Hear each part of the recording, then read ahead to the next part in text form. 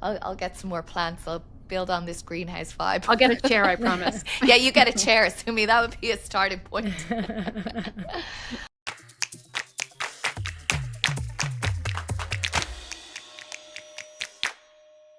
So welcome to this episode of Path to the Presidency. We're back. We're moving away from election and towards inauguration, but lots still going on and lots to discuss.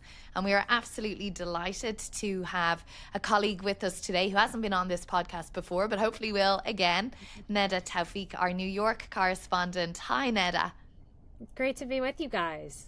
Yeah, it's really good to see you. It feels like we get to cross paths with you at the big events, the conventions, and then whenever we're in New York. But just if you're wondering, by the way, I am sitting on the floor once again here in the DC office because I realize actually it's pretty comfortable. But Caitríona, you look like you're in a jungle. I am in a jungle, yes. I'm in a very boring edit suite, TV edit suite. I don't even know what's on the side of me here, so please forgive. Not look, yeah. I'll make it look prettier next time. And I'm obviously not in the jungle, but they are real plants. They're not plastic plants, so I will just say that. Well, no. Here we go. That's great. This is like the COVID era of rating backdrops. Yeah. I think we all probably fail miserably, actually. I think we really rate my room. Well, yeah, I mean, good that we're all sitting together because there's so much to talk about on the domestic and also international stage. I was also, looking out for both angles of the Trump transition this week, looking at what it will mean for the rest of the world and, of course, what we're seeing here domestically. But if we look at for the rest of the world, I wonder what you guys were thinking seeing President Biden now with just about a month left in his presidency going to Angola, his first time in sub-Saharan Africa. And we were covering this week on the programs how he unveiled the fact that the U.S. is backing this long, massive railway project that links Angola with mining areas in the Democratic Republic of Congo and Zambia. And it's this railway that's about 800 miles, 1,300 kilometers long. And it was really interesting because this is all part of this effort to counter China's influence in Africa. And of course, China has invested billions in its Belt and Road Initiative and has invested in Africa's infrastructure in many countries. And so, the criticism has been that the U.S. is a bit late to the game. But what it got me thinking was, okay, where does all of this go when Donald Trump takes office? Is this going to be a priority for him? And is he going to even keep the project running, right? Because that's the big question. You think about Joe Biden and making these commitments to Africa, and he kind of waited right till the last minute to make a trip there. I mean, Donald Trump didn't visit Africa at all in his first term. If you look at the Fox headlines of Biden's trip, they again kind of said, look, here's Biden spending billions in Africa, whereas those recovering from Hurricane Helene in North Carolina aren't still getting the help they need. So we know Donald Trump, when he comes in, he's very transactional, like you say, Sumi. He's going to understand that there is competition there. There's the need for lithium, cobalt, those minerals that Africa is so rich in. But he's going to want to know what's in it for the United States. So is he going to continue that investment? He won't like that China's also going to be benefiting, right, from that railway. It's not just something that the United States is going to be benefiting from. And his relationship with the African continent, he's had some pretty harsh descriptive words for the continent in the past. So it'll be interesting to see when he gets in whether Africa will even get a look, honestly, from the Trump administration. I mean, for both administrations, you can't really say that Africa has been a priority for them. No. I mean, Joe Biden has come under a lot of criticism for saying Africa was a priority, and yet here we are just weeks from the end of his administration, and he's making his first trip there. So, actions speak louder than words in many ways. And if you go through all of the policy papers and platforms and so on for the incoming Trump administration, you really do have to struggle to find much in it in a concrete way that's talking about Africa. And, the whole world is guilty of ignoring Sudan, right? I mean, Neda, you'll know that from being around the UN. And in recent times, yes, USAID has committed a lot of money there, but all countries have made pledges of aid to Sudan. and they haven't delivered on it. When you speak to NGOs working in that area, they're really, really struggling for humanitarian relief. Millions of people displaced, millions of people starving, and it's almost a forgotten conflict in many ways. And if you think about the fact that Donald Trump might look at Africa through the prism of China's influence and through that transactional lens that you were mentioning, Netta, you wonder what the benefit is then for some of these African countries. Of course, for Angola, a railway project and through the region will be beneficial, can create jobs. But if that project is then ended, you wonder what would replace it. But I also thought it was interesting that if you look at how international relations are starting to develop as world leaders like Canadian Prime Minister Justin Trudeau going to Mar-a-Lago to meet with Donald Trump, how that is all playing out, because we've already seen, this flurry of activity on tariffs, which was a big part of Donald Trump's campaign, wasn't it? On raising tariffs, another 10% on China, that was the proposal, and then tariffs on Canada and Mexico, in order to get them, to force them, as he put it, to stop migration across the US's borders. I mean, that was kind of the opening salvo to those two countries. So it gives us a bit of a sense of how things are going to be. And it's about fentanyl as well, isn't it? I mean, that's, the other big prong of the point of the tariffs on Canada and Mexico. But I think it's so interesting that Justin Trudeau hopped on a plane and headed down to Mar-a-Lago unannounced, which was a really interesting point to me when, someone's president-elect, their day is very tightly scheduled and they're appointing and nominating people and so on. And, Justin Trudeau sort of playing the domestic political game as well, thereby, I'm going down there to talk to this guy about what he's doing, because, of course, he was still in office for the first Trump administration, Justin Trudeau. So they do have that long relationship together and they know each other. And, this is an escalation of what we've heard from Donald Trump. I mean, I'm just back from Ireland. I was there last week. And, there's a real fear and a real concern in Europe on the financial front about Donald Trump with the tariffs, corporate taxation rates, about companies that are based overseas creating jobs and making profits overseas and repatriating those. And the one thing about Donald Trump is when he says he's going to do something, he does do it. And he's spoken about his, animosity towards trade surpluses for many decades now at this point. And I mean, I don't know about you guys, but I've really noticed that leaders are laying the flattery on very thick when it comes to Donald Trump this second time around, because they know that that is a key way to get things done. And you mentioned Justin Trudeau going to Mar-a-Lago. I mean, Donald Trump will have gotten a kick out of that. Canadian officials described how it was a very joking, fun atmosphere there at Mar-a-Lago, how they think it went down positively. But I mean, just remember that joke that Trump said if the tariffs were going to be so devastating to the Canadian economy, maybe they should make Canada the 51st state of the United States. Yeah. I mean, officials said that they thought it was a good sign that Trump felt comfortable joking like that. But you could just imagine Justin Trudeau's nervous laugh during all of that. I don't think any Canadians were laughing at that one, were they? Yeah, and the image exactly. that Donald Trump posted with himself beside the flag and all of that. Yeah, and I mean, if you look at the French president, Emmanuel Macron, it's the same thing. He's had a mixed relationship with Donald Trump, but the first time around again, he laid on the flattery. We're seeing it again this time. Whether that really lasts when key issues come up in regards to the war in Ukraine, NATO, we'll have to see. But certainly President Macron getting the kind of message as well that perhaps it's a good idea to, be the first to tweet to congratulate him when he won, even before the UK, despite the special relationship, inviting him, to go this weekend to Notre Dame as it reopens in that big ceremony. So even it's really noticeable, I think, to me, to see how people understand how best to get through to Donald Trump. Ned, I'm wondering how things are at the UN right now, because Donald Trump has tapped Congresswoman Elise Stefanik, one of his most vocal supporters on Capitol Hill, and someone who campaigned heavily for him as well, to be his ambassador to the UN. I mean, how are people there preparing for that change between the administrations? Because obviously there will be a change in how the Trump administration deals with the UN. Yeah, look, I think there are kind of 2 points here. The first is it's been a really tough few years, I have to say, for the United Nations, even before the Trump administration. So they're coming in at a very different place in the world, right? We have a situation where, the UN Security Council has really been paralyzed when it comes to the war in Ukraine, when it comes to Gaza.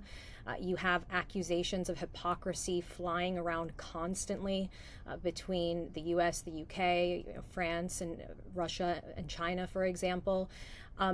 Elise Stefanik, in a way, really reminds me of a Nikki Haley figure, somebody who wasn't actually a Trump loyalist to begin with, but very much became a MAGA foot soldier who is seen as a fighter.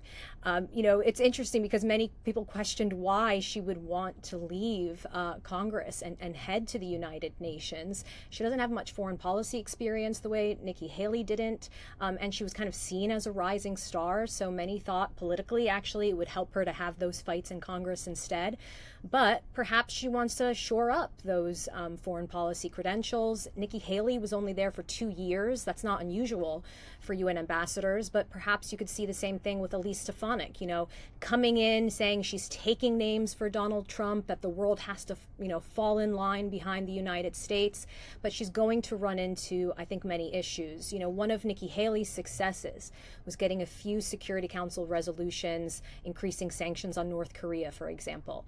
I don't see a world in which Elise Stefanik is going to make any progress on North Korea. I mean, you had Russia closing down, vetoing essentially an extension of the panel of experts that were monitoring the sanctions in North Korea. You have China essentially blaming the United States that it's just relying on sanctions and not diplomacy when it comes to North Korea. And as we know, there's the issue of North Korean soldiers now kind of shoring up Putin's forces in Ukraine, the US and UK accusing them of that. So Elise Stefanik comes to the UN at a very different time. Republicans in general aren't as friendly to the UN as Democrats in terms of funding different agencies. So I think we're going to see all of that play out this time around with the kind of Trump 2.0 as well in the background during a time where there's more global conflicts than ever. And that's a good point. I mean, when we hear the various people who are going to be part of Donald Trump's foreign policy team, we're not hearing them talking about the UN at all, really. Sure, we're not. I mean, we're barely hearing them talk about NATO except in disparaging terms. And it's all back to this kind of, America first writ large, but this very unilateral policy of American interests, American self-interests. And of course, all countries take care of their self-interest first. That's what they have to do. But it's country first, everyone else second. And we're not really seeing that, I think, from America in terms of figuring out where is its place going to be in this Trump world order. I mean, the difference, I think, in Trump 2.0 to Trump 1.0, if you like, is now perhaps he's chasing legacy. I mean, the line we heard so much in the campaign trail, and we've heard again from officials now that they're being sort of nominated to positions is, there were no wars when Donald Trump was in office, that this is kind of the point that they're striving for. And the point that they're pushing for. And, Donald Trump seems to be promising a lot of things and trying to figure out what the priority issue. I mean, I just finished interviewing there Sebastian Gorka, who is the incoming director for counterterrorism. And I asked him, what is the main priority on a national security front? What is the thing you're going to be looking at on day one or concerned about on day one? And he said, actually, the immigration crisis in the United States, and talked about that line that we've heard from the president-elect himself about mass deportations on the first day and so on. And interesting that they're positioning that ahead of everything else. Interesting that that's a very domestic issue, but we're kind of seeing some international lines on that. I mean, this idea that Donald Trump has proposed to some Caribbean nations to potentially take in some immigrants, and you already have the Bahamas saying, look, we've looked at the proposal, we're not interested. I don't know about you guys, but it really gave me a kind of felt very similar to what the UK just recently went through with the whole idea with Rwanda. Yeah. Exactly. And then Keir Starmer's Labour government coming in and saying, we're scrapping that. It was an epic waste of money.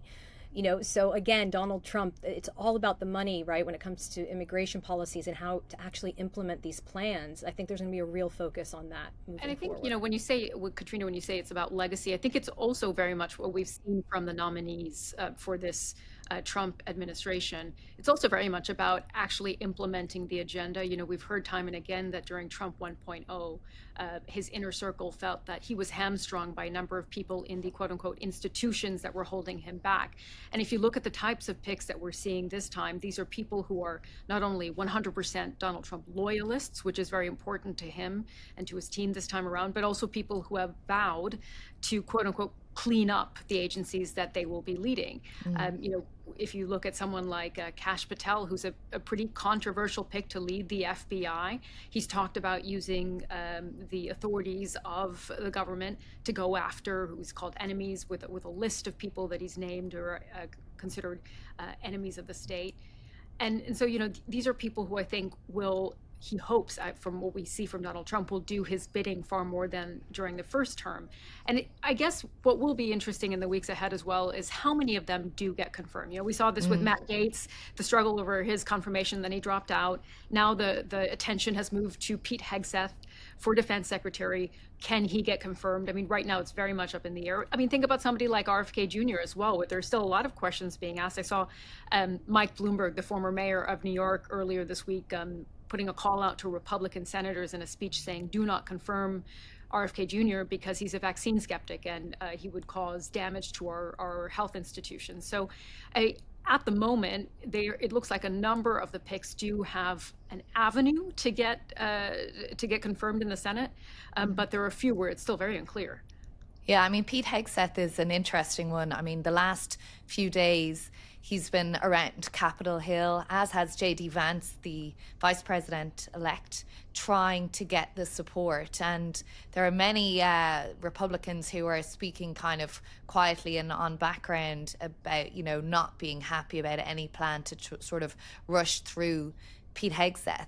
I was at an event this week with the incoming National Security Director, Congressman Mike Waltz, who is one of the names being circulated to potentially be the Defense Secretary nominee should Pete Hegseth not make it, or should Donald Trump decide that there's just too much heat and attention around his nomination and that he should want to replace him. So, it's a kind of, in a way, unstable time, isn't it, for the incoming administration and for the world in terms of trying to figure out who's going to be there, who's not going to be there, who are they going to have to talk to, and figuring out what needs to be done around that. And when you're talking about the FBI there and Kash Patel, Sumi, we have to remember that Christopher Wray is still technically in that job until 2027. Donald Trump appointed him the first time round. It's a 10-year term.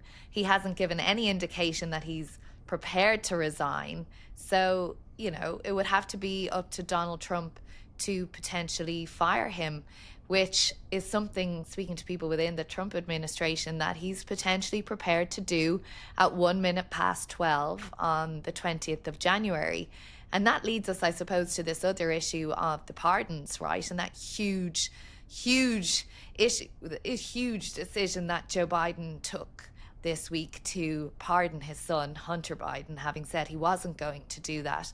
And not just pardon him, but give him basically a blanket ban against any possible prosecution in a 10-year window. A broad pardon, wasn't it? What did you guys think of the reactions we saw from Democrats in particular? Because it seemed like some, Chuck Schumer, for example, refused to answer any questions on it. There were a few, or actually a good number by now, who have come out to criticize President Biden, but some others who have also defended it. It seems like it also gives us a sense of where the Democrats are right now.